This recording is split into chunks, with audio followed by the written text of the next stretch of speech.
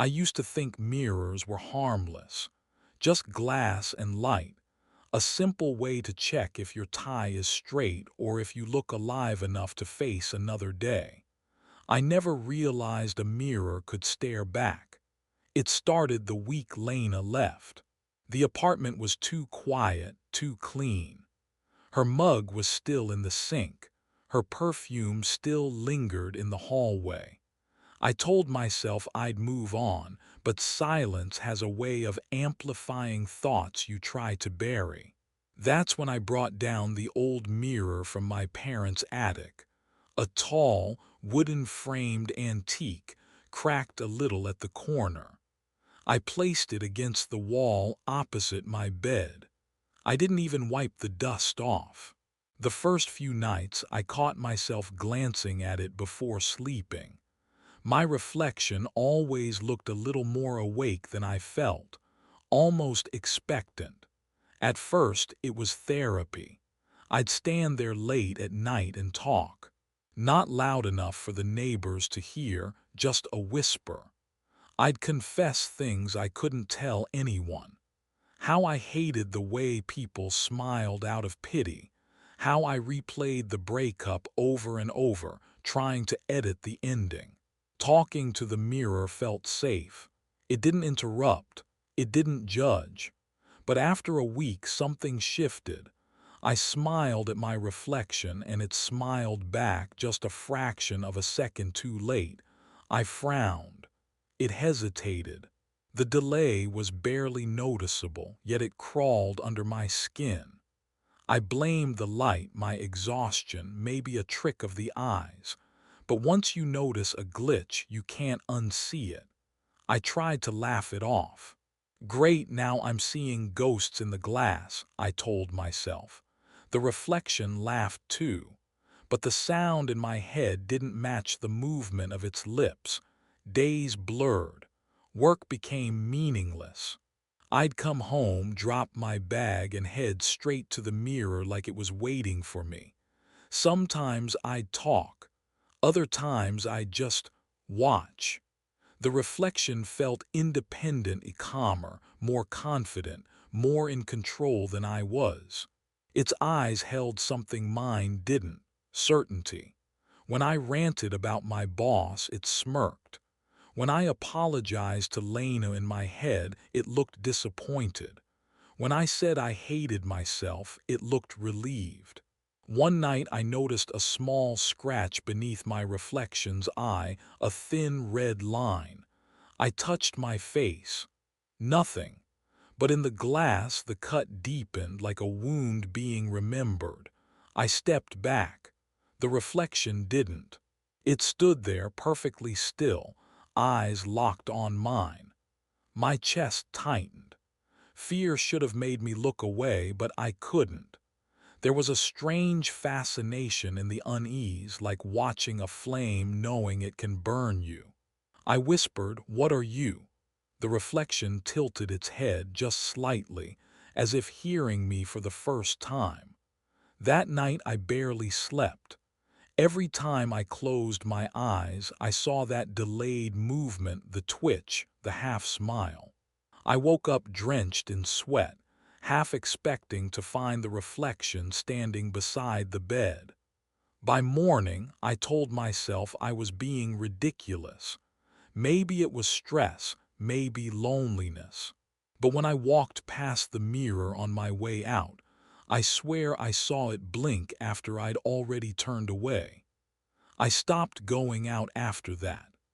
Every plan, every errand felt unnecessary compared to the quiet pull of that glass.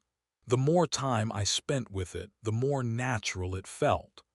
The reflection began to seem understanding. It didn't look broken like I did. It looked whole. And every time I met its gaze, I felt less like a man staring into glass and more like glass staring into a man.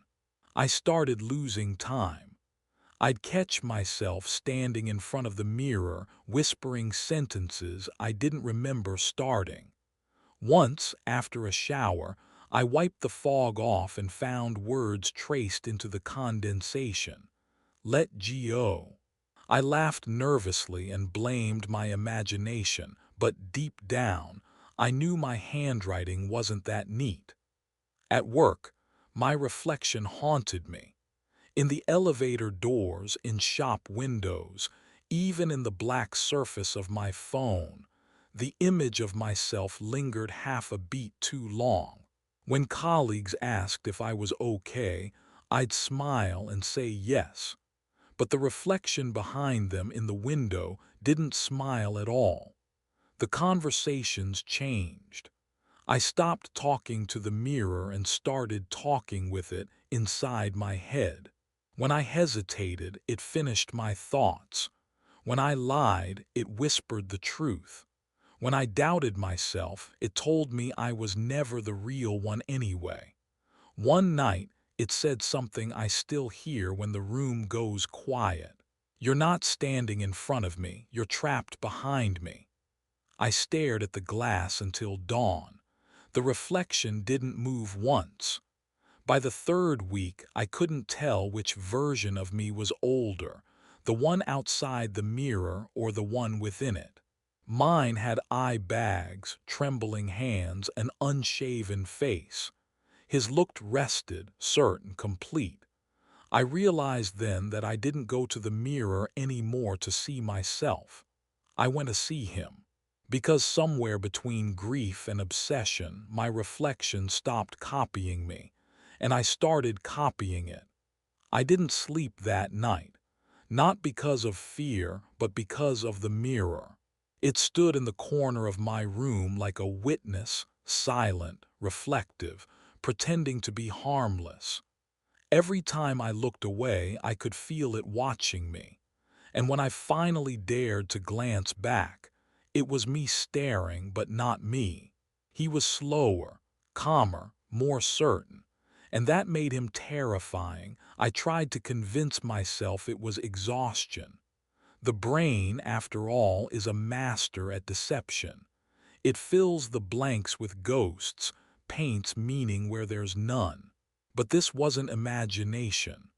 The next morning I noticed something wrong with my reflection, a subtle delay. When I raised my hand, he raised his a heartbeat late, my breath caught. I tested again, blinked, tilted my head. Each motion came back half a second too slow. You'd think your body belongs to you, but that moment taught me it doesn't. It just performs what something else commands. By the third day, the reflection was no longer copying me. It was anticipating. I would reach for the toothbrush and his hand would already be there waiting. That morning, I realized something cruel.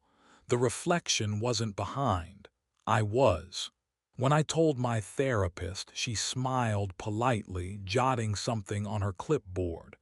"That's called derealization," she said. "You're under stress. Mirrors can distort self-perception." But she didn't see it. She didn't see him. That night I covered the mirror with a bedsheet. Simple. Problem solved, right? But the fabric moved just slightly, like a slow inhale beneath the cloth. And then came the whisper, not from outside, from inside the mirror. A single sentence. "I can see you even when you can't." I froze. Every cell in my body screamed to look away, but curiosity is stronger than fear. It always has been. I pulled the sheet down. The reflection smiled. I didn't. His smile grew wider, unnatural, unrestrained. A grin that split his face in two. I remember whispering, "Who are you?" He mouthed the same words back, except his lips didn't move in sync. He was mocking me. From that night on, every mirror in the house turned into a stage for him. Bathroom, wardrobe, even the darkened window at midnight. Each reflection showed him doing something I hadn't done yet. One night he was writing something on the fogged mirror before I stepped out of the shower. When I wiped the steam away, I saw the message clearly. You're learning fast. That's when I realized this wasn't random. It was experimentation. The mirror wasn't showing me my reflection. It was teaching me to become it. Days passed. My memories began to blur. I'd find bruises on my arms I couldn't explain, writings on my notebook I didn't remember making. And then I noticed something horrifying. The reflection's background had changed. The lamp behind him was flickering, but mine was steady. I leaned closer. The flickering grew faster. And then it stopped. The lamp behind him went completely dark, yet he was still visible, lit by something unseen. I whispered again, "What do you want?" He tilted his head just like me, and for the first time spoke aloud. His voice wasn't echoing. It was independent, layered, like someone speaking directly inside my skull. To take the weight off your mind. I don't remember collapsing, but when I woke, the mirror was cracked and there was blood on both sides of the glass. When I tried to throw it away, the garbage man refused to take it, said the reflection looked wrong. He was right. In the mirror, I was smiling again, but in reality, my mouth was still. The next week, I moved to a new apartment. New walls, new start, except the mirror arrived a day later, neatly delivered with no sender. I smashed it again, this time into dust. And yet, at night, I can still see my face staring back from the window. Sometimes he waves. Sometimes he doesn't. The police say it's stress. My therapist says it's projection. But deep down, I've accepted it. The mirror was never glass. It was memory. And the more I looked into it, the more it looked through me. Every human being carries a reflection, a psychological twin, waiting to emerge when you stop believing in boundaries. They say the eyes are the windows to the soul, but mirrors, they're doors, and mine is still open.